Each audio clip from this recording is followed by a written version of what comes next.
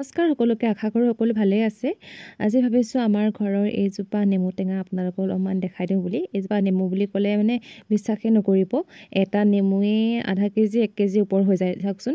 কিন্তু দেখাত নেমু টেঙা নিচিনা নালাগে, মানুহে এনেকৈ চালে জৰা টেঙা নিচিনা বুলি ভাবিব, কিন্তু জৰা টেঙা নহয়, এজোপা কাজি নেমুৱে হয়।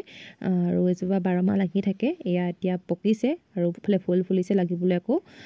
আৰু এতিয়া এই আচাৰ বনাবলৈ মায়ে কেইটামান মানে মোক লৈ আহিবলৈ ক'লে আৰু মই ইয়াত ছিঙিবলৈ আহিছোঁ। চাওকচোন ইমান ধুনীয়াকৈ লাগি আছে আৰু বহুতকো দিয়াও হ'ল বাৰু। মই এতিয়া এয়া দুটামান ছিঙি নিম, মায়ে বোলে আচাৰ বনাব আৰু আপোনালোকক দেখাই আছোঁ। ভিডিঅ'টো আপোনালোকে সকলোৱে শেষলৈকে চাই থাকিব দেই। আৰু এয়া মুনুৱে ছিঙিছে, আপোনালোকক দেখাইছোঁ। দেখিছেনে কিমান ডাঙৰ টেঙাটো, কিন্তু এইটো জৰা টেঙা নহয় আকৌ দেই, কাজি নেমুৱে হয়। কাজি নেমু, গোল নেমু আৰু কিবা কিবি টেঙাতকৈও মানে এইটোত বহু ৰস আছে মানে।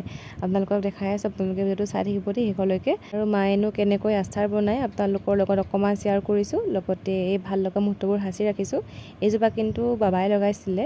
আছে আমাৰ ঘৰত কাজি নেমু গছ ভালেমান কেইজোপা আছে, 6-7 জোপামান আছে, কিন্তু এইজোপাৰ চবতকৈ ডাঙৰ লাগে আৰু এতিয়া মই এই 3টা টেঙাই বহুত ওলাব, সেইটো কাৰণে বেছি ছিঙা নাই। আৰু এতিয়া ধুনীয়াকৈ ছিঙি লৈ ধুই কৰি মাক আচাৰ বনাবলৈ দিমগৈ।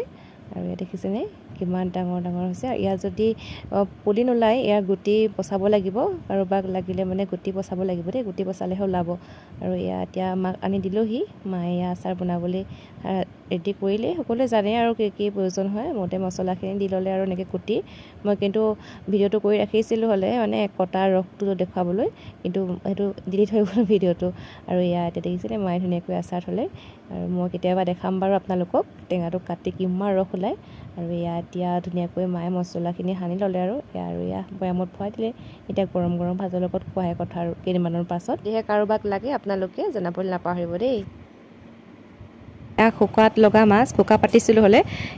এতিয়া ধুনীয়াকৈ ধুই কৰি মাক বনাবলৈ দিমগৈ। সৰু সৰু মাছ লাগিলে, পুঠি মাছ, গৰৈ, দনিকণা কিবা কিবি লাগিছিলে আৰু। এতিয়া ধুনীয়াকৈ চাফা কৰি ধুই লৈছোঁ মাছখিনি বাছি, আৰু এতিয়া মাক বনাবলৈ দিম আৰু ধুনীয়াকৈ খাম। এনেকুৱা সৰু মাছ খাই কোনে কোনে ভাল পায় কমেণ্ট এটা কৰি জনাবলৈ নাপাহৰিব দেই। মই কিন্তু বহুত ভাল পাওঁ সৰু মাছ খাই। আৰু কি কৰি আছে আপোনালোকে সকলোৱে জনাব।